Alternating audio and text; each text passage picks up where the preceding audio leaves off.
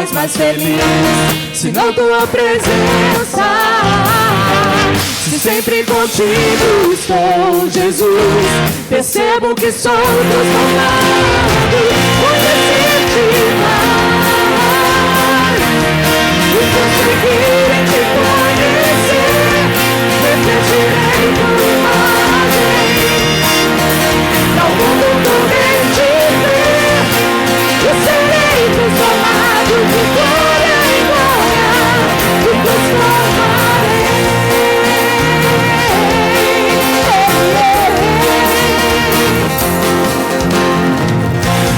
Te conhecer é o meu prazer, Senhor, e realizar teus planos e sonhos me satisfaz e não há outro lugar que me faz mais feliz, senão tua presença. Sempre contigo estou, Jesus, percebo que sou transformado. Conhecer-te mais e conseguir te conhecer, refletirei tua imagem. Ao mundo poder te ver, e serei transformado de glória em glória, e transformarei.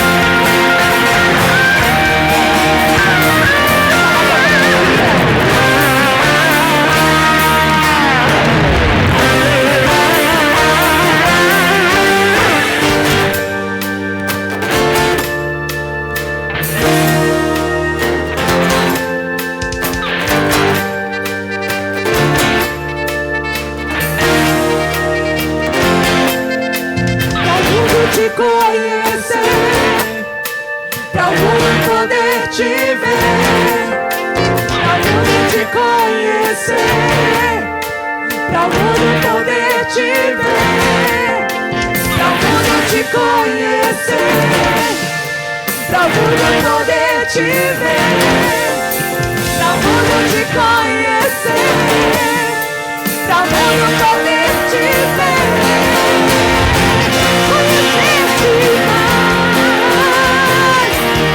E prosseguir em te conhecer, refletirei tua imagem.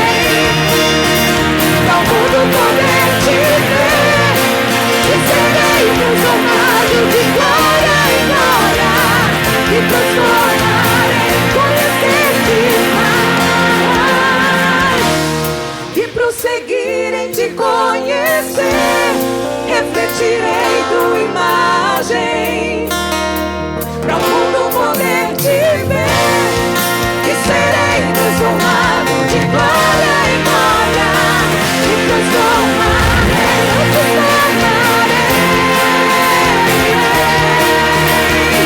e transformarei.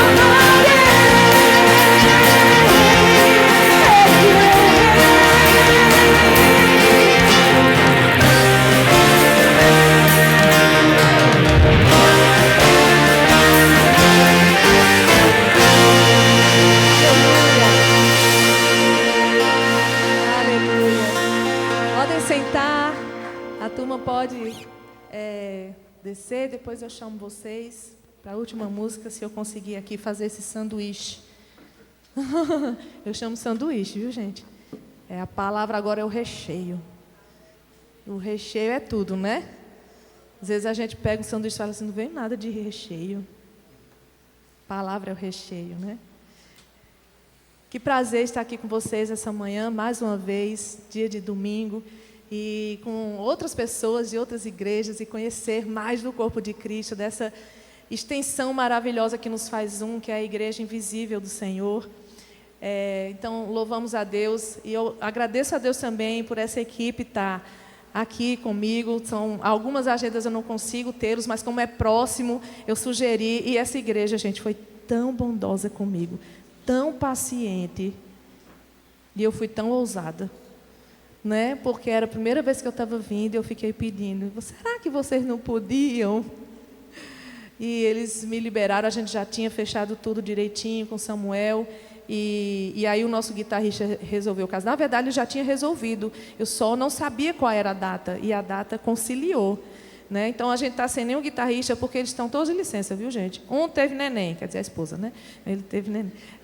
Eles estão de resguardo. A bebezinha recém-nascida, Esther, né? O nome da filhinha de Ingrid. Ingrid. E aí o Davi casou, tá de licença do casamento também, né? Ainda bem que não é como no tempo da Bíblia, pastor, que era 1 ano, né? Meu Deus, ainda bem que volta rápido agora. Mas foi possível essa equipe estar comigo aqui. Eu louvo ao Senhor por tê-los aqui. Sejam bem-vindos, né, a essa casa que já acolheu vocês tão bem, com certeza, como nos acolheu também a mim e ao Washington. Eu peço que você abra a sua Bíblia no livro do profeta Ageu. Lá no finalzinho do Antigo Testamento, profeta Ageu.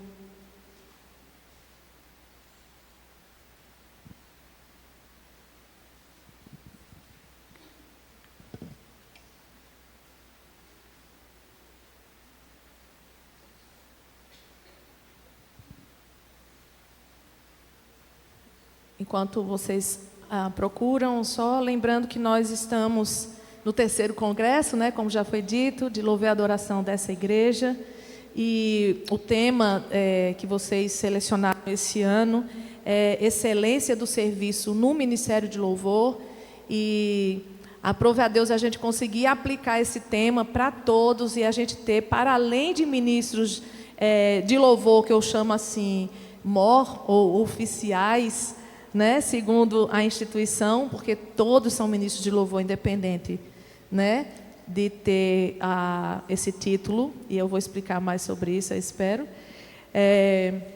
Então, nós estamos trabalhando desde sexta-feira esse tema, e o Senhor tem nos ajudado e nos abençoado com uma abrangência e aplicação do conhecimento sobre a excelência e como viver essa excelência. E eu espero no Senhor que nessa manhã, através desse texto, a gente possa mergulhar um pouquinho mais nisso. Amém? Então, Ageu, capítulo 1, nós vamos ler a partir do verso 1. Acompanhe comigo o texto sagrado. No 1º dia do 6º mês, do 2º ano do reinado de Dario, a palavra do Senhor veio por meio do profeta Ageu ao governador de Judá, Zorobabel, filho de Sealtiel, e ao sumo sacerdote Josué, filho de Jeozadak, dizendo: Assim diz o Senhor dos Exércitos: Este povo afirma: ainda não chegou o tempo de reconstruir a casa de Deus, ou a casa do Senhor. Por isso, a palavra do Senhor veio novamente por meio do profeta Ageu. Acaso é tempo de vocês morarem em casas de fino acabamento, enquanto a minha casa continua destruída? Agora, assim diz o Senhor dos Exércitos: vejam aonde os seus caminhos os levaram. Vocês têm plantado muito e colhido pouco, vocês comem, mas não se fartam, bebem, mas não se satisfazem, vestem-se, mas não se aquecem. Aquele que recebe salário, recebe-o para colocá-lo numa bolsa furada. Assim diz o Senhor dos Exércitos: vejam aonde os seus caminhos os levaram. Subam o monte para trazer madeira, construam o templo, para que eu me alegre e nele seja glorificado, diz o Senhor. Vocês esperavam muito, mas eis que veio pouco, e o que vocês trouxeram para casa eu dissipei como um sopro. E por que eu fiz? Pergunta o Senhor dos Exércitos. Por causa do meu templo, que ainda está destruído, enquanto cada um de vocês se ocupa com a sua própria casa. Vamos fechar os olhos e orar mais uma vez? Senhor, muito obrigada por nos reunir. Obrigada porque o Senhor nos une em uma só fé, um só Senhor, um só batismo. Como é preciosa a tua casa, como é preciosa, ó Deus, a tua família e o teu povo. E nós te glorificamos porque o Senhor cuida de nós. E eu peço ao Senhor que tenha misericórdia de mim e que me use apesar de mim. E que o Senhor alcance Ó Deus, os nossos corações como um todo, e de forma específica aplique a sua palavra segundo a necessidade de cada um. Mas, ó Deus, nós confiamos que o Senhor faz a obra. É aquilo que nós não podemos fazer, só o Senhor pode fazer. É o que vai acontecer para a tua glória. Em nome de Jesus. Amém. Quem foi o profeta Ageu? O profeta Ageu, ele foi um profeta da época pós-exílio, ou finalzinho de exílio. A gente trabalhou, desde a sexta-feira, a vida de Daniel como exemplo de excelência. E ele era contemporâneo de Daniel, só que ele estava lá em Israel, ele não estava na Babilônia, Porque já na época de Dario, já tinham levas de judeus voltando para suas próprias terras, ou para a sua própria terra, para retomar a vida, Até que Ciro vem, e aí ele fala, pode voltar todo mundo, leva todos os utensílios, façam tudo o que vocês precisam fazer. Mas a gente vê aí contemporâneos, nessa reconstrução, nessa volta depois dos 70 anos de cativeiro.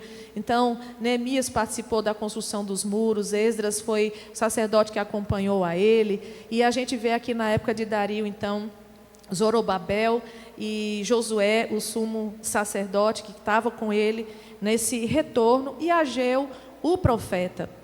Então, o que estava acontecendo nesse tempo, nesse retorno, era uma retomada de tudo que havia se perdido. O que se perdeu? Primeiro se perdeu a adoração verdadeira a Deus, e por isso eles foram levados ao cativeiro. Eles estavam trocando o Deus verdadeiro por outros deuses. Eles estavam trocando os valores do povo de Deus pelos valores dos povos estrangeiros aos quais eles não deveriam se misturar. E por isso receberam aviso 100 anos antes, através de Isaías, vocês vão receber julgamento de Deus, vocês vão ser levados ao cativeiro e tal. Terminou que eles foram e eram cumprimento disso. Então a primeira coisa que eles já tinham perdido era a adoração. Então qual era a primeira coisa que tinha que ser resgatada? Adoração. Mas saindo da sua terra, indo para outra terra, eles perderam um pouco de tudo, da sua própria cultura. Eles tinham a sua própria língua, ficou danificada. Eles tinham que retomar tudo isso, tinham que retomar a dignidade, porque lá em outra terra eles eram escravos, apesar de se casarem, de continuarem a vida como Deus havia dito. Olha, que lá na terra estrangeira, na terra do teu cativeiro, continuem a viver, continuem a me buscar, casem-se e construam a sua vida lá, porque é do meu querer que vocês vivam naquele lugar, para que vocês se consertem diante de mim. Então Deus tem propósito em tudo, e tinha o propósito. Então algumas coisas haviam se perdido, essa dignidade, essa vontade de estar de novo nesse contexto da sua própria terra, do seu próprio povo, apesar de uma animação, porque eles tinham a tradição oral de contar as bênçãos do Senhor, de contar as coisas que tinham acontecido. Então havia uma esperança no povo de voltar, porque havia promessa que depois dos 70 anos eles voltariam. E eles guardavam essa promessa no coração. Mas eu já vou aplicando algumas coisas para a nossa vida. A gente tem promessa de Deus, mas enquanto a promessa não acontece, no processo, no caminho, essa promessa não fica bem teórica. A gente lê, a gente sabe que Deus falou, mas no dia a dia a gente sente o cansaço, a gente sente o desânimo, Não quer dizer que a gente não acredite que não vai acontecer, mas a gente não tem mais ânimo, empolgação, como a gente deveria ter. A gente tem esperança por confiar no Senhor, mas aquela empolgação vai ficando abatida. Imagina quando você passa 70 anos. Alguns mais velhos já tinham ido, alguns na guerra já tinham morrido, fica uma geração ali esperando no que ouviu. Alguns nasceram e nem conheciam o que era Jerusalém. Não é muita coisa para reconstruir. Pensa comigo, se fosse o nosso contexto como povo brasileiro, Mas o que acontece? Deus cumpre a sua promessa. As coisas começam a acontecer. A luz no fim do túnel começa a aparecer. Eles começam a ver de novo o caminho de volta, o caminho para o Senhor. O Senhor começa a levar o povo de volta para a sua terra. E Ageu, ele recebe uma palavra específica da parte de Deus. Por quê? O povo voltou, e o que o povo fez primeiro, segundo o texto? Construiu as suas casas. Construíram as suas casas. Como Como era essa construção? Era de qualquer jeito, será? Veja comigo no verso 3. Eu estou elucidando o texto e a gente vai aprender mais. Mas é necessário que você já vá assimilando, né, esse contexto, essa história. No verso 3, o Senhor usa Ageu e ele fala assim: acaso é tempo de vocês morarem em casas de fino acabamento? Quem tem outra versão aí? Apaineladas, luxuosas. Tem algum outro adjetivo que fala sobre o tipo de casa? Pronto. Mas esse é suficiente para a gente entender? Vocês perceberam que eu gosto muito de perguntar sobre outra versão que fala? Porque isso é muito básico para a gente se aprofundar mais no que Deus quer ensinar para a gente. Sabe? Você leu a Bíblia, tem uma palavra assim que você não entendeu bem, vai ler outra versão e vai dar tudo certo, você vai entender melhor. Então, casas luxuosas, não é só um fino acabamento, não era só uma coisa assim bem feita. Não é diferente, você tem uma coisa bem feita, mas é simples. Mas casas apaineladas ou casas luxuosas, quer dizer que eles estavam investindo com força. Era casa boa, casa bonita, casa que o povo passava e dizia assim, É como se aquele tempo de cativeiro fez com que aquele povo voltasse agora querendo morar nos seus próprios palácios. Eles foram escravos durante tanto tempo que agora eu tenho que ter meu palácio. Eu tenho que ter um lugar mais confortável possível, mais bonito possível. E eles fizeram isso. É errado fazer isso? É errado querer isso? Não. Se você pode ter, não é errado. Mas Deus fala, através do profeta, qual era o erro? Vocês fazem isso enquanto... verso B do verso 3, a parte B.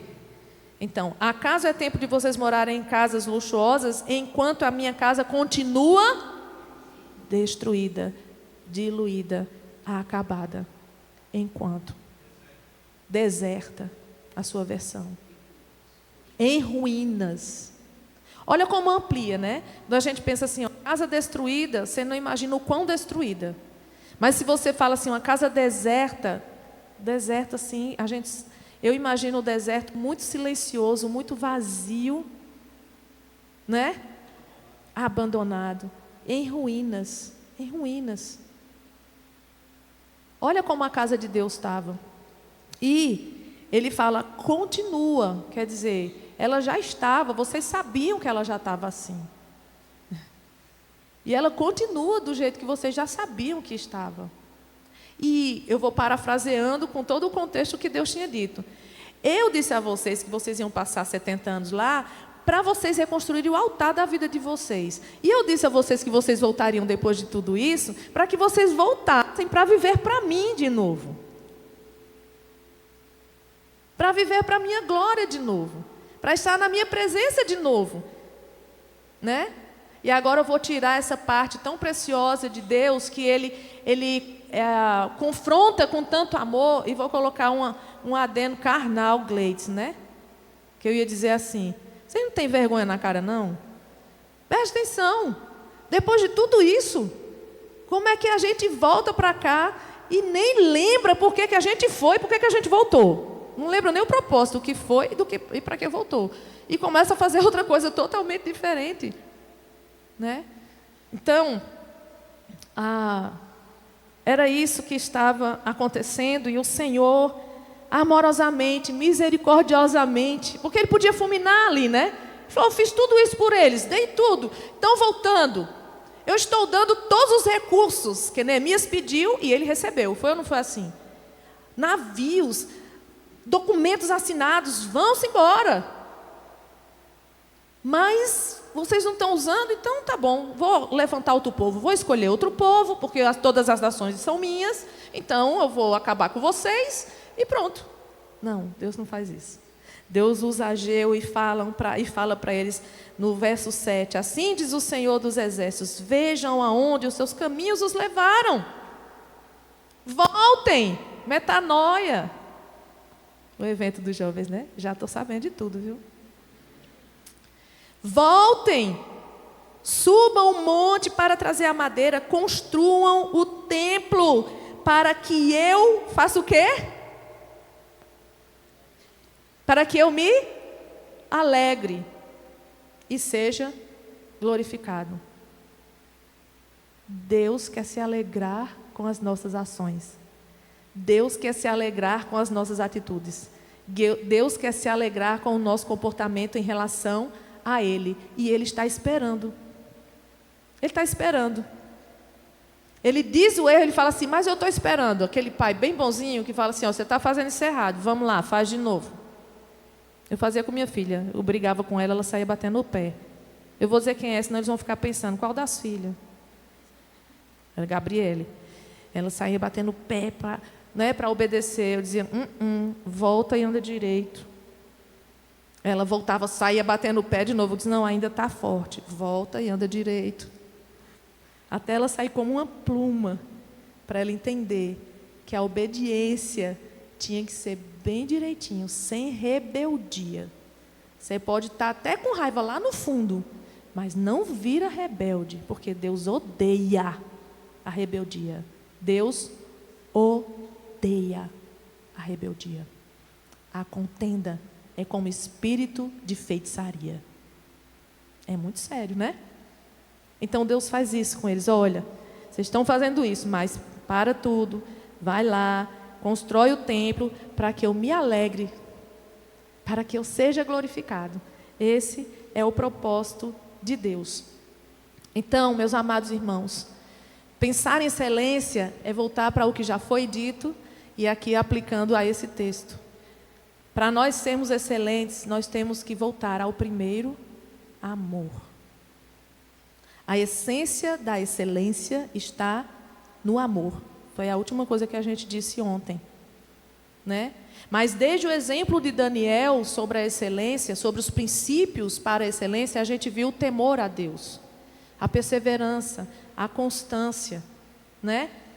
Então, essa entrega, ela tem que ser constante nas nossas vidas.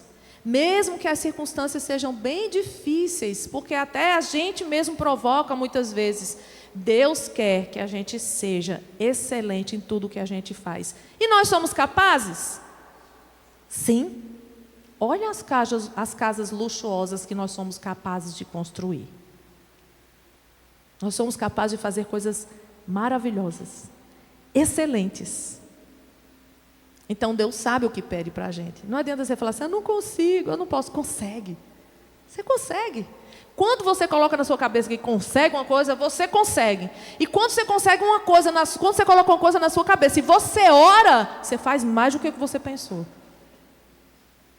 Amém? Faz mais do que o que pensou. Então, gente, a excelência, ela começa no amor por Deus e no amor pelas coisas de Deus, ou pela obra de Deus. Uma coisa importante a se pensar é que naquele tempo, o templo, ele falava muito sobre o quanto as pessoas amavam a Deus. Não era uma questão da estrutura, mas era do serviço relacionado ao templo. Desde a sua construção até tudo o que acontece dentro do templo. Entende? Então, a gente está sofrendo nos últimos dias um sofisma, né? Quando as pessoas dizem assim, que o jeito que você anda não mede quem você é, o que você faz não mede o que você é. A gente precisa encontrar um equilíbrio. Vocês concordam comigo? Precisamos encontrar um equilíbrio, porque há sim um disfarce. Às vezes a pessoa faz tanta coisa e nem é. A gente falou sobre isso aqui no congresso já, né? Mas a boca fala do que o coração está cheio. E a gente também precisa servir com conexão com o que a gente sente pelo Senhor. Então, o Senhor, né, desde que tirou o povo do Egito, Ele constituiu um lugar para adoração, certo? O tabernáculo. O Senhor deu todos os detalhes para Moisés. Não foi assim? E mesmo num contexto de ambiente tão difícil, que eu não imagino como era montar a tenda no deserto. Porque vocês já foram para a praia e tentaram colocar um guarda-sol? Aí você abre, você faz uma coisa ali na areia, coloca o guarda-sol. Quando você pensa assim, todo mundo senta, a família todinha, assim, para se guardar do sol, aí o beijo faz... Ou quando passa um vento, você está correndo no meio da praia, atrás do seu guarda-sol, que foi para outra praia quase. Muito difícil. Mas eles obedeceram. Sabe por quê eles conseguiam? Porque não dá para a gente estudar tudo. Mas se você ver os detalhes do tabernáculo, o que Deus ensinou, Deus sábio, arquiteto dos arquitetos, supremo, maravilhoso. Ele deu tantos detalhes que foi batata. Vamos colocar aqui, fincar as estátuas, porque vai ficar. Porque o que ele deu de medidas, de peso, de tudo que era construído, era suficiente para armar aquela tenda no deserto. Enquanto eles passaram aquele tempo de 40 anos, né, rodando, e depois que sai dali, eles continuam, Josué ali continua, né, até chegar quem? Quem construiu o templo? Salomão. Salomão construiu. Mas o sonho foi de quem? Foi de Davi. E Deus mandou Davi construir. Eita, gente, os adolescentes daqui fazem teologia, sabia? Eles estudam tudo. IBCA, né? Instituto Bíblico para Crianças e Adolescentes. Eu vou vir estudar aqui. Vou ter que vir. Então, Deus não pediu, né? Mas Deus apoiou, aprovou, né? Como foi que aconteceu?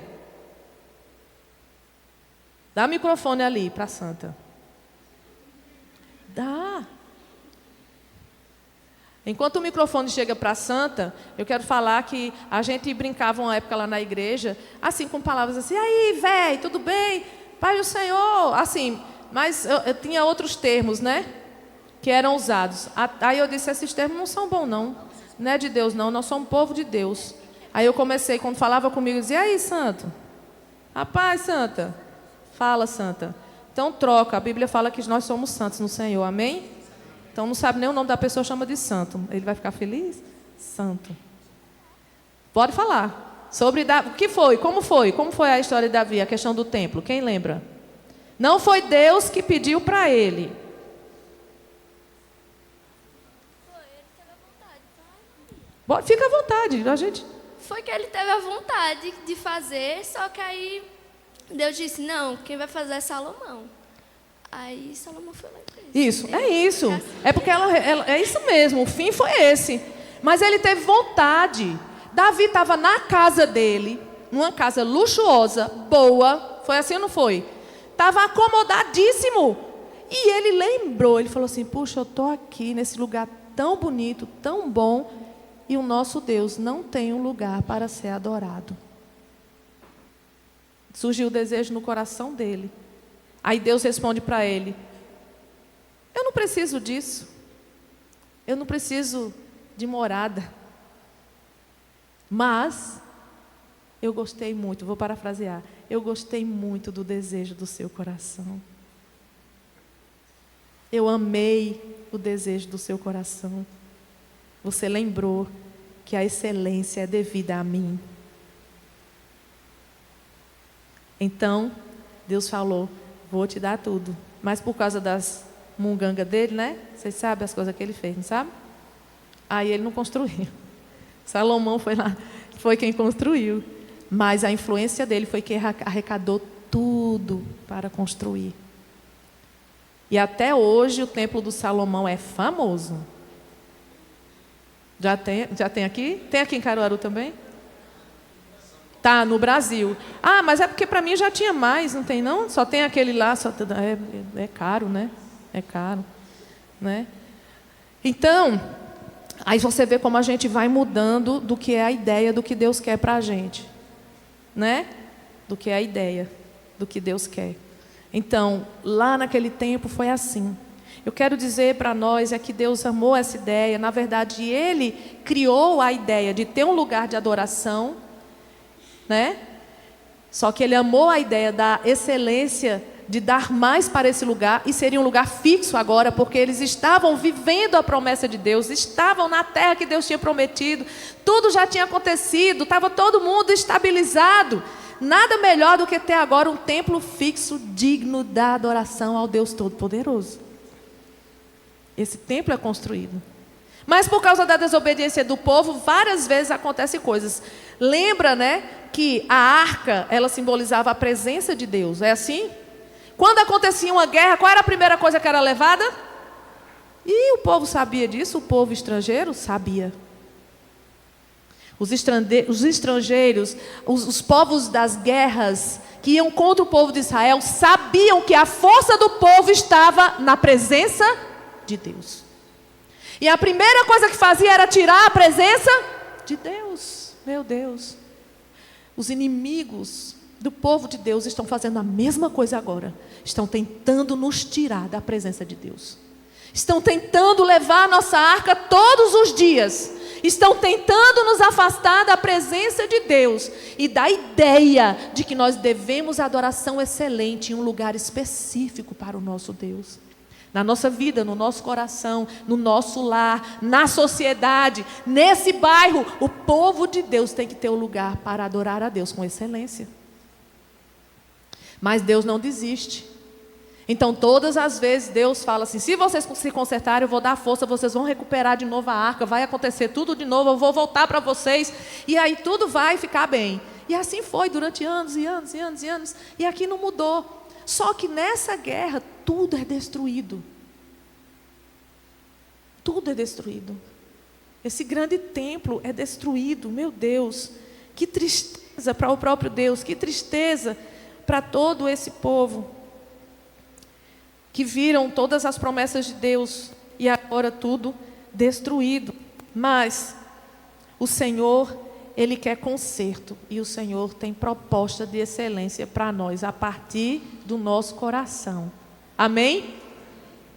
O que é que acontece depois que eles recebem então essa palavra? Diz a Bíblia que o povo abriu o seu coração. Quando o texto diz várias vezes que o Senhor dos Exércitos falou, o Senhor dos Exércitos falou, é porque o texto está dizendo assim, Deus está em guerra com o seu próprio povo. O Senhor dos Exércitos está guerreando para a gente se render. É tempo de se render, porque o Senhor dos Exércitos está falando. Amém? Então, veja comigo, no verso 12. Zorobabel, filho de Saltiel, o sumo sacerdote Josué, filho de Jeozadak, e todo o restante do povo obedeceram à voz do Senhor, o seu Deus, por causa das palavras do profeta Ageu, a quem o Senhor, o seu Deus, enviara, e o povo temeu o Senhor. Tem outras, já lendo em outras versões aí, tá vendo? E o povo temeu ao Senhor. Verso 13. Então Ageu, o mensageiro do Senhor, trouxe essa mensagem do Senhor para o seu povo. Escuta, que é isso que Deus está falando para a gente nessa manhã. Eu estou com vocês.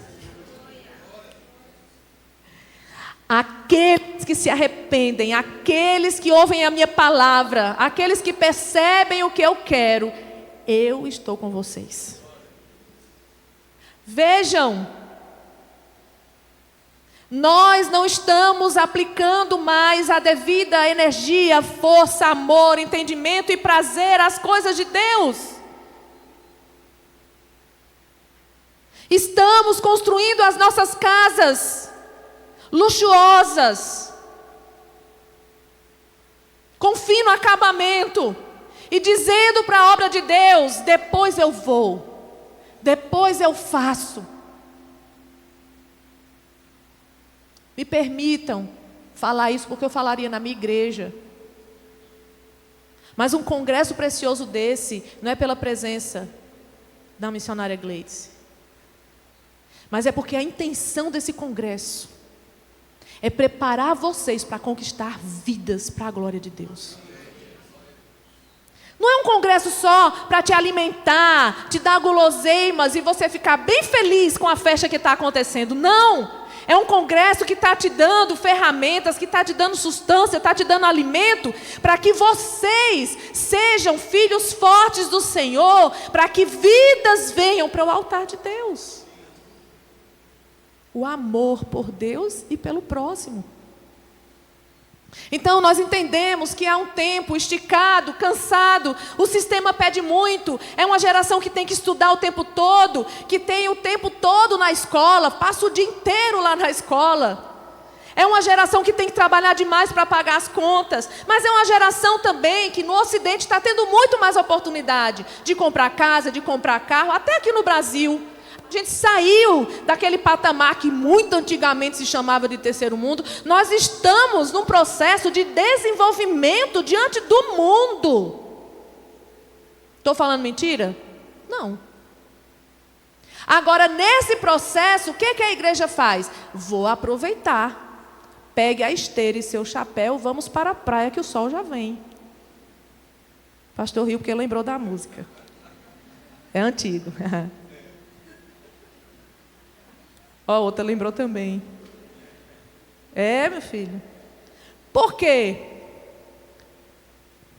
Eu entendo que nós precisamos descansar. Eu entendo que nós precisamos investir em lazer. Mas eu estou vendo explicitamente um abandono à obra de Deus. Um abandono às coisas de Deus. Falta de prioridade às coisas de Deus. Sempre vai ficar para depois. Mas Deus está dizendo para nós nessa manhã: seja excelente na minha obra. Antes de ter excelência nas suas coisas, invista na minha obra.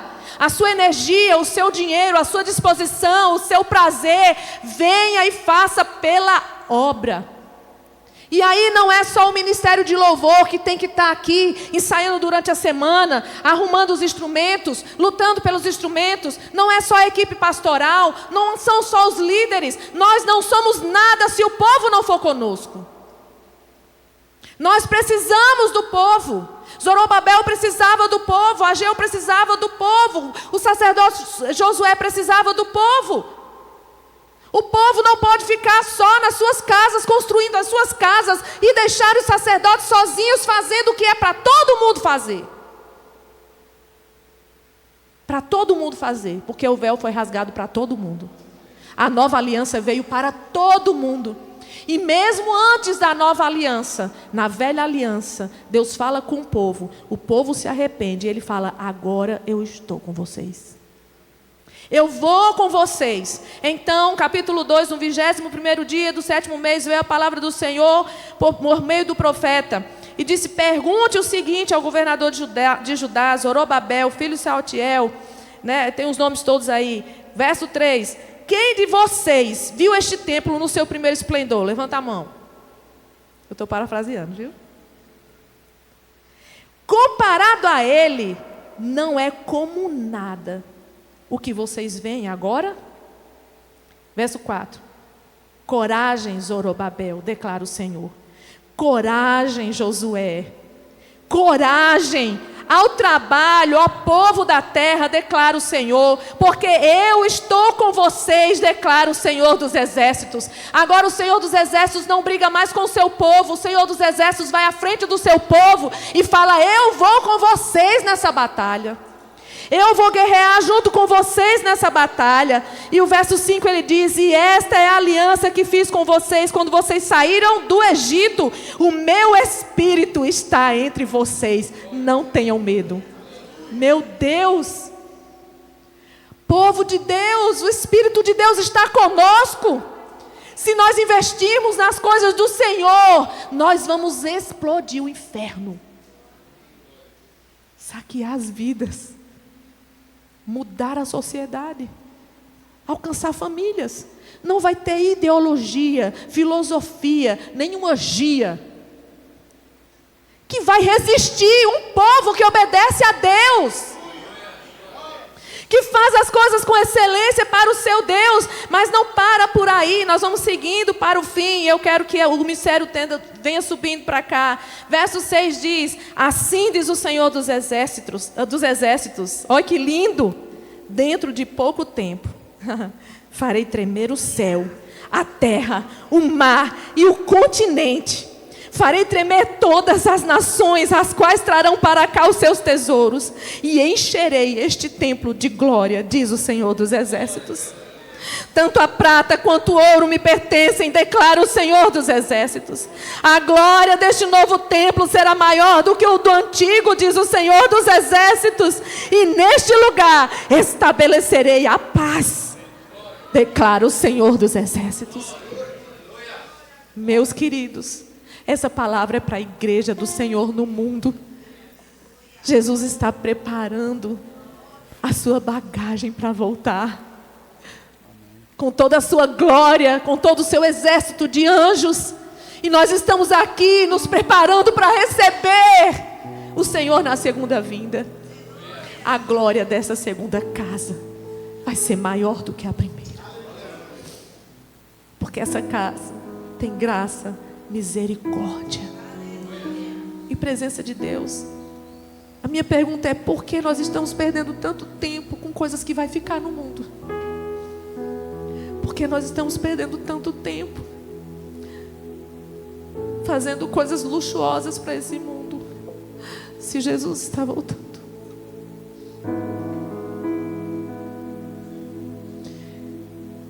É necessário, nós também estamos em tempo de construção e de conquistas na nossa igreja. E a gente vai continuar, porque o nosso Deus merece excelência. A aplicação espiritual e a aplicação física.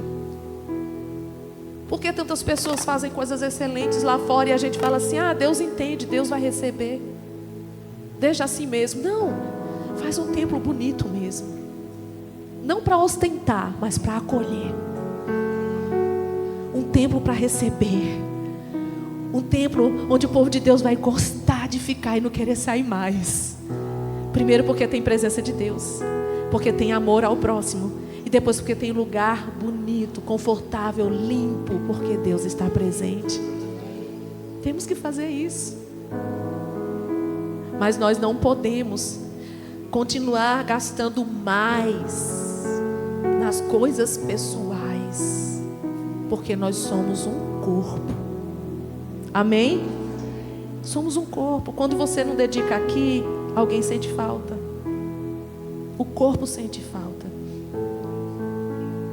Então, é tempo da gente se voltar para a casa do Senhor. Amém? Eu sei que você já tem feito coisas grandiosas, mas eu espero que o Espírito Santo esteja aplicando de forma específica para coisas que vocês sabem que precisam ser revistas, como o Senhor tem feito comigo, e eu espero que faça na minha igreja. Sabe? Precisamos de avivamento.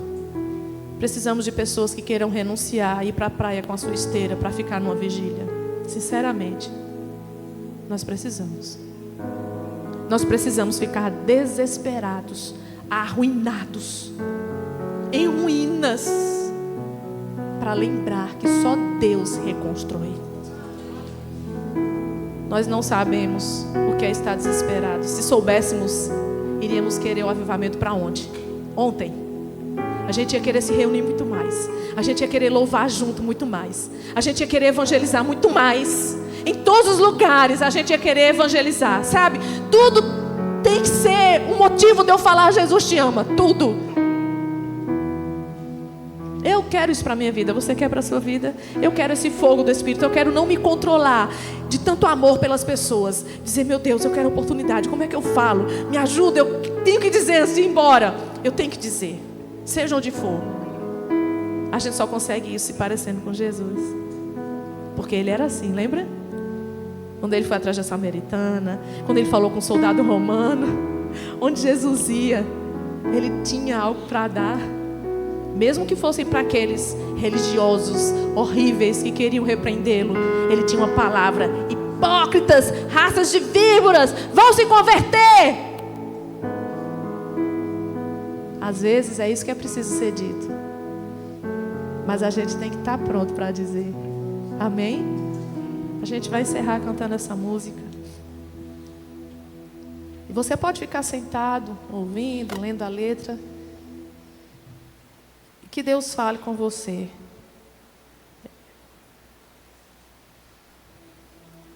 Ser como tu.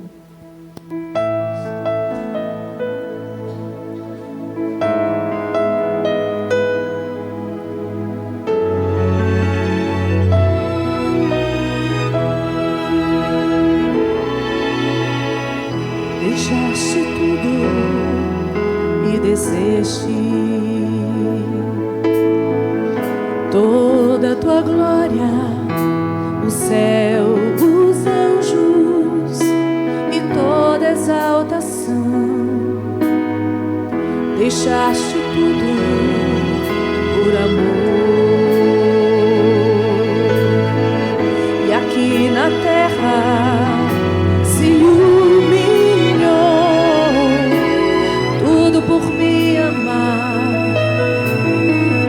pra me salvar, te fizeste igual a mim. Jesus, quero ser como tu, quero ser como tu, amar sem limite, servir sem reservas, me dar por inteiro, ser como tu. Jesus, quero ser como tu, quero ser como tu, amar sem limite, servir sem reservas, me dar por inteiro, ser como tu. Tanta renúncia por amor, só por amor, toda dedicação por uma missão, nos salvar. Também assim quero fazer, me humilhar para obedecer, tudo por te amar, eu te amo, tudo pra te agradar. Quero ser igual a ti.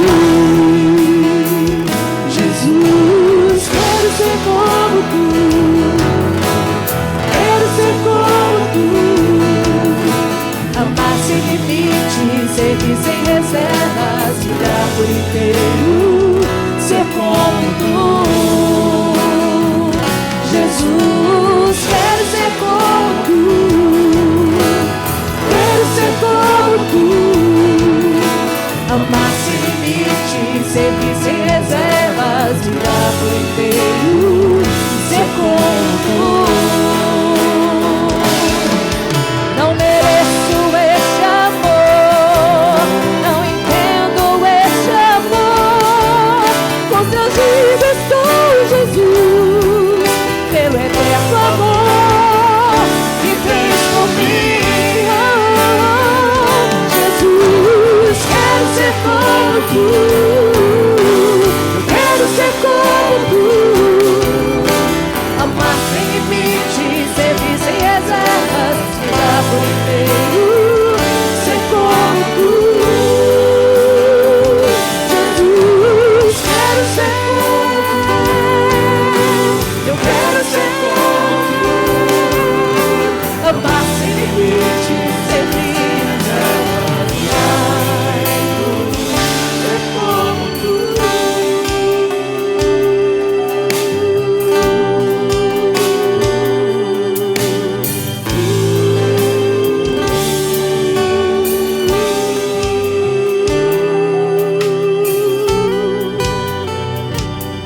Você pode se colocar de pé no seu lugar.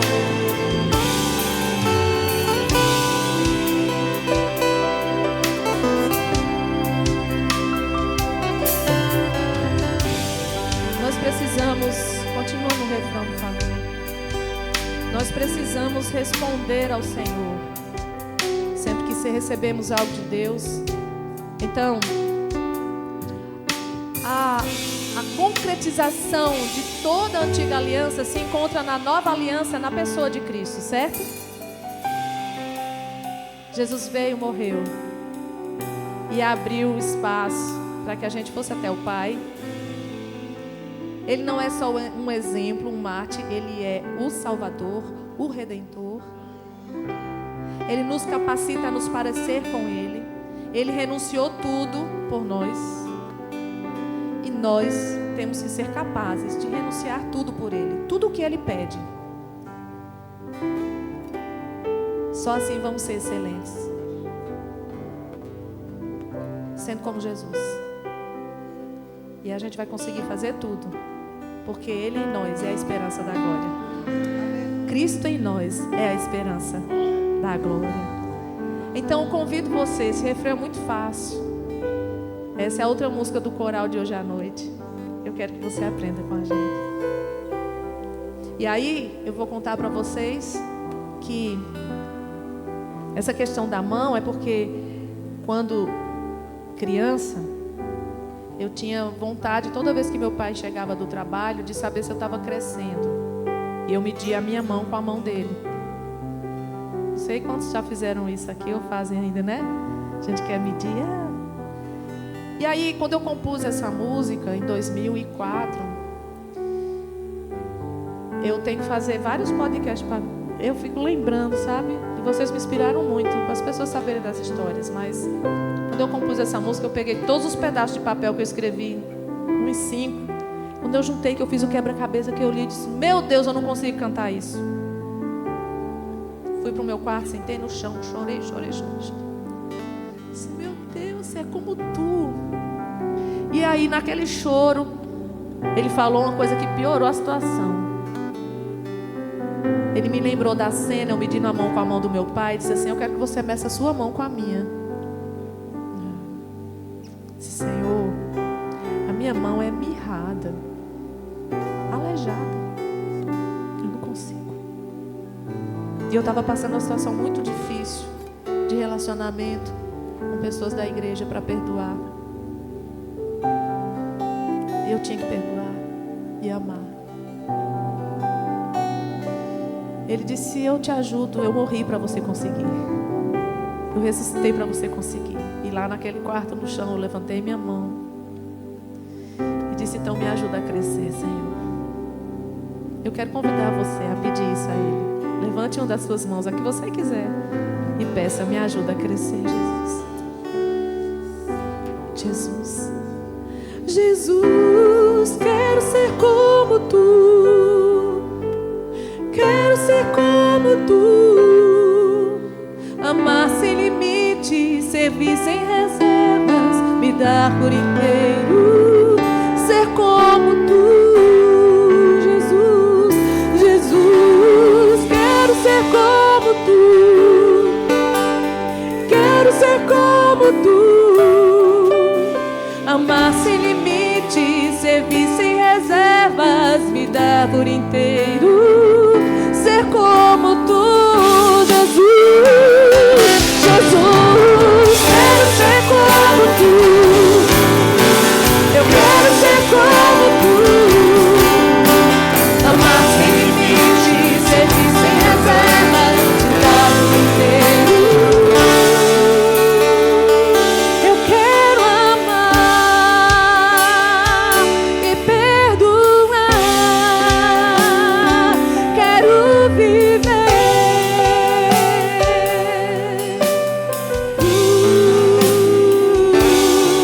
para ti.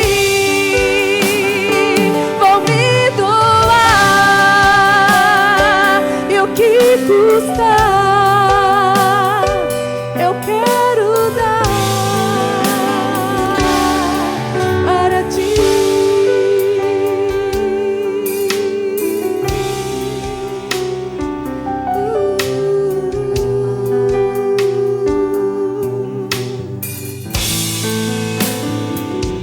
Ser como tu.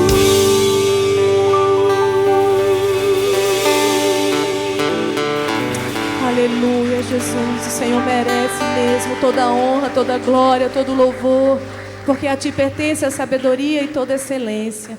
E nós queremos entregar a Ti a nossa adoração, queremos entregar a Ti, Senhor, nossa intenção, a nossa vontade de querer melhorar, de querer, Senhor, Te dar mais. O Senhor merece mais, diante de tanta graça, de tanta misericórdia, de tanta coisa que o Senhor fez por nós, de tantos benefícios, de tantos recursos. O Senhor tem nos dado, Senhor amado, ouro e prata. O Senhor, que é o dono de tudo, tem aberto portas de emprego. O Senhor tem dado transportes, o Senhor tem dado casas, o Senhor tem dado família. Deus, nós queremos corresponder ao Teu amor. Nós queremos Te dar, Senhor, tudo que nós pudermos, toda a força do nosso coração, toda a força, Senhor, do nosso ser, porque o Senhor merece toda a nossa juventude, toda a nossa velhice, o Senhor merece toda a nossa saúde, o Senhor nos merece mesmo com enfermidade, o Senhor nos merece, Senhor, porque o Senhor nos comprou por um alto preço. E nós queremos Te honrar em tudo que fizermos, em nome de Jesus. Amém, irmãos? Podem sentar, a palavra está. Obrigada por ficar até o fim.